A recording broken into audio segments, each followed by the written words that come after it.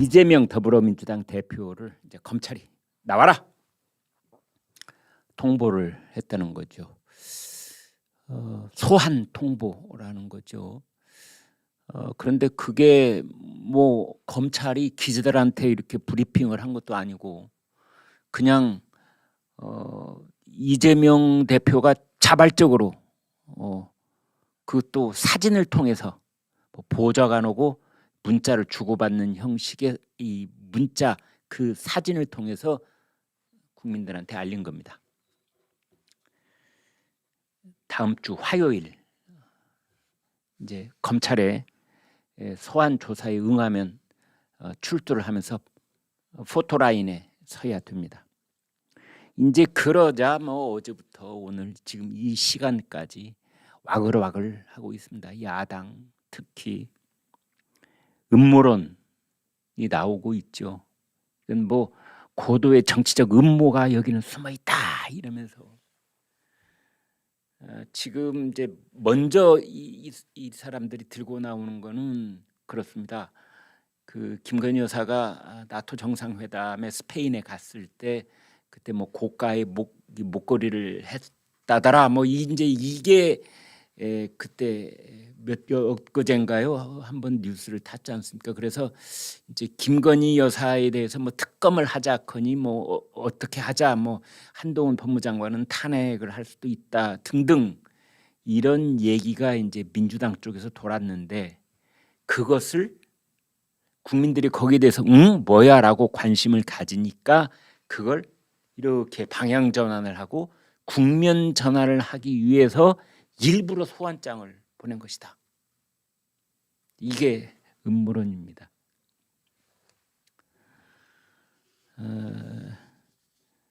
근데 어제 이제 인상적인 건 뭐냐면 그 김현지 보좌관인가요? 뭐 별의별 소문들이 많더라고요. 원래 김현지 보좌관이 성남파랍니다. 성남파도 있고 인천 계양을파도 있고 뭐 여의도파도 있고 뭐 그러는지 어떤지 모르겠습니다만 경기도 지사를 했으니까 수원파도 있겠군요. 이 성남파가 그중에서 성골 중에 성골입니다. 왜냐하면은 이재명 변호사가 성남시장이 됐을 때부터 이제 옆에서 보좌를 해온 사람들이니까 원조 친명이지 않습니까? 그래서 성남파가 이제 그중에서도 목소리가 큰 모양인데 이 김현지 보좌관이 지금 현재 이재명 의원의 보좌관인데 이제 문자가 뭐 이런 그 소환장이 왔다 해놓고 마지막에 출석 요구서라고 되어 있는 마지막에 전쟁입니다. 이 5글자가 지금 어제부터 아주 그 화제의 중심이 되고 있는 5글자입니다. 전쟁입니다. 저희 많은 시청자들께서 그리 말씀해 주셨더라고요. 전쟁 맞다. 비록 야당 대표의 보좌관이 한 말이긴 하나 전쟁이다. 그러나 이것은 정치 보복의 전쟁이 아니라 범죄와의 전쟁이다. 범죄와의 전쟁. 멈출 수 없는 전쟁. 휴전할 수 없는 전쟁. 이제 야당 쪽에서는 뭐 정치 보복이다, 정치 탄압이다, 보복, 탄압 이런 말을 계속해서 반복해서 사용하고 있던데 왜 이걸 보복이라고 보는지, 왜 탄압이라고 하는지 그 근거는 뚜렷하지 않습니다. 뭐 거의 없죠. 뭐 그냥 말만 하는 겁니다. 말을 계속해서 반복을 하면은 이제 국민들께서 그런 프레임 속에 본의 아니게 이렇게 빨려들게 된다는 그런 효과를 노리고 있는 것 같습니다. 뭐 입만 열면 보복이다, 탄압이다 그러고 있습니다. 권성동 이제 국민의힘 원내대표가 이것은 범죄와의 전쟁이고 물러설 수 없는 전쟁이다. 김기현 의원은 권력형 범죄와의 전쟁이다. 그런데 이제 야당 쪽에 특히 개딸들 검찰로 몰려가서 이재명 수호 집회를 하겠다 지금 그러고 있습니다.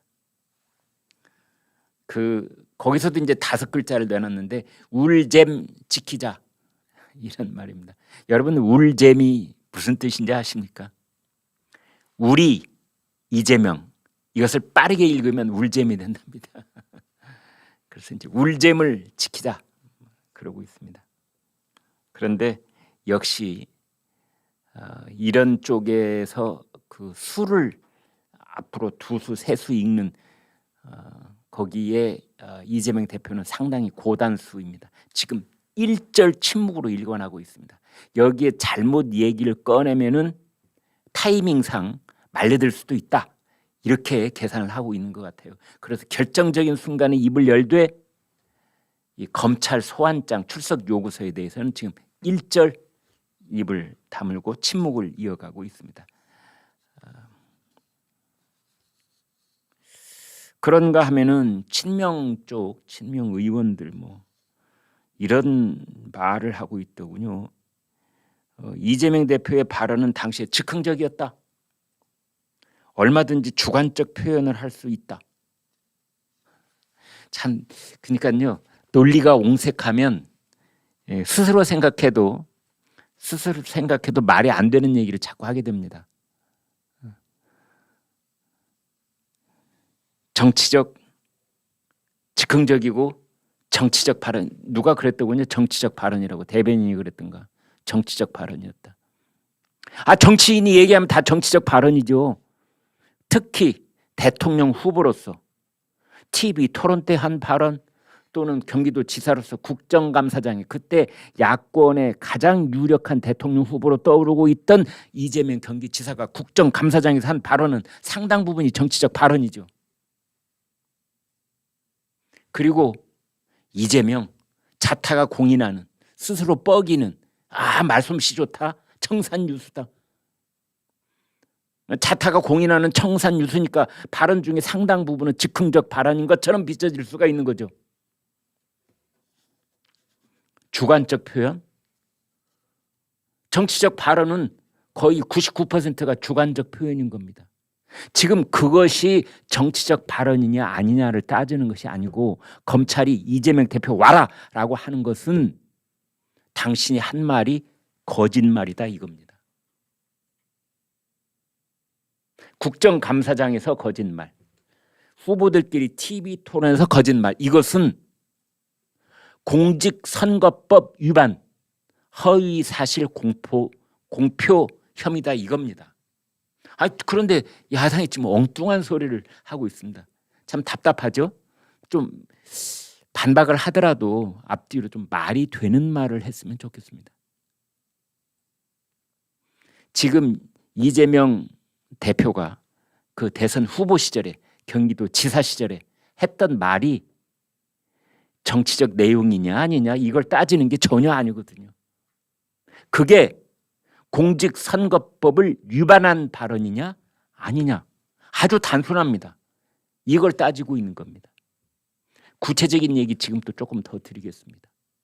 그때 경기도시개발공사 김문기 처장 스스로 극단적인 선택을 했지 않습니까? 그런데 이재명이 모르는 사람이라고 그랬어요. 그것도 참 말을 하위 직원 저런 말 우리 씁니까? 부하 직원, 하위 직원.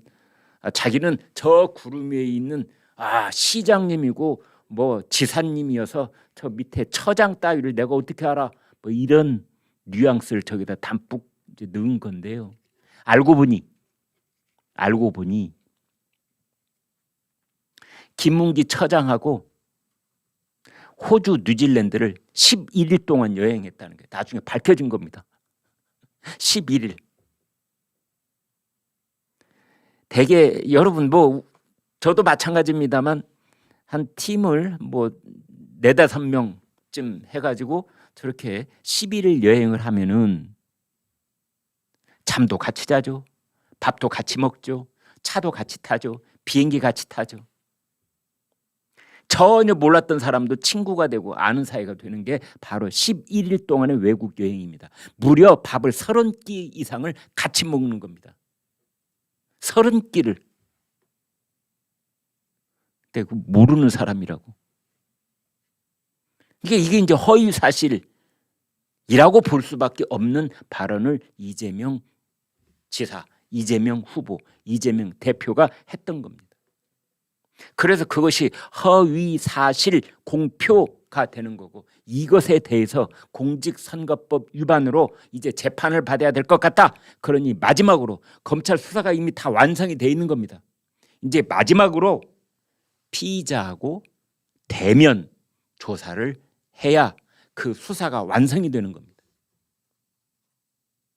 고발했던 사람은 이미 조사 다 마쳤습니다. 마지막에 모든 증거 확보 다 되고, 관련자들의 진술 다 확보 다 되고, 그리고 뭐 그 호주 여행했을 때 사진, 김문기 처장하고 같이 찍은 사진들 다 있거든요. 그때 뭐 유동규도 같이 갔더군요. 그걸 지금 검찰이 다 확보돼 있는 겁니다. 이제는 무슨 작업을 하느냐? 이재명 대표를 검사가 앞에 앉혀놓고, 자, 호주에 간 사진 보니까 바로 옆자리에서 밥 먹은 사진이 있는데 아직도 모른다고 말하는 겁니까? 예, 아니요. 뭐 이런 진술이 있지 않습니까? 그 진술을 그대로 받아서 그 기소장에다가 적어놓는 겁니다. 만약 아직도 김문기 처장을 모른다고 하면은 재판 과정에서 매우 불리하게 작용할 수 있는 겁니다. 끝까지 부인을 하면은 그렇습니다. 끝까지 부인을 하면은 불구속 기소가 아니라 구속 기소를 할 수도 있는 그 근거가 될 수도 있습니다. 이런 사건에서 피의자가 자신의 혐의를 인정을 하면은 불구속 기소로 재판까지 진행이 되는데, 극구 자기의 혐의를 부인을 하면은 도주 우려, 증거 인멸의 우려가 있다는 것에 간접적인 근거가 되기 때문에 바로 구속 수감 될 수도 있는 겁니다. 따라서 이제 피의자가 소환 대면 조사를 하게 되면은 뭐 예전처럼 뭐 강압 수사나 하겠습니까? 그리고 저 야당 대표나 되시는 분한테 신사적으로 묻고 신사적으로 대답하는 것을 그냥 기계적으로 거기다 받아 적는 겁니다. 아마 질문 수십 개, 뭐 100개가 넘을지도 모르겠는데 이미 다 그것도 완성되어 있을 겁니다. 이재명이 오는 순간 1번 질문부터 쭉 해나갈 겁니다.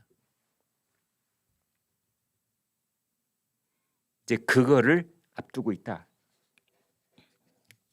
그다음에 백현동 개발 특혜 의혹. 국토부가 직무유기를 문제 삼겠다고 협박을 했다.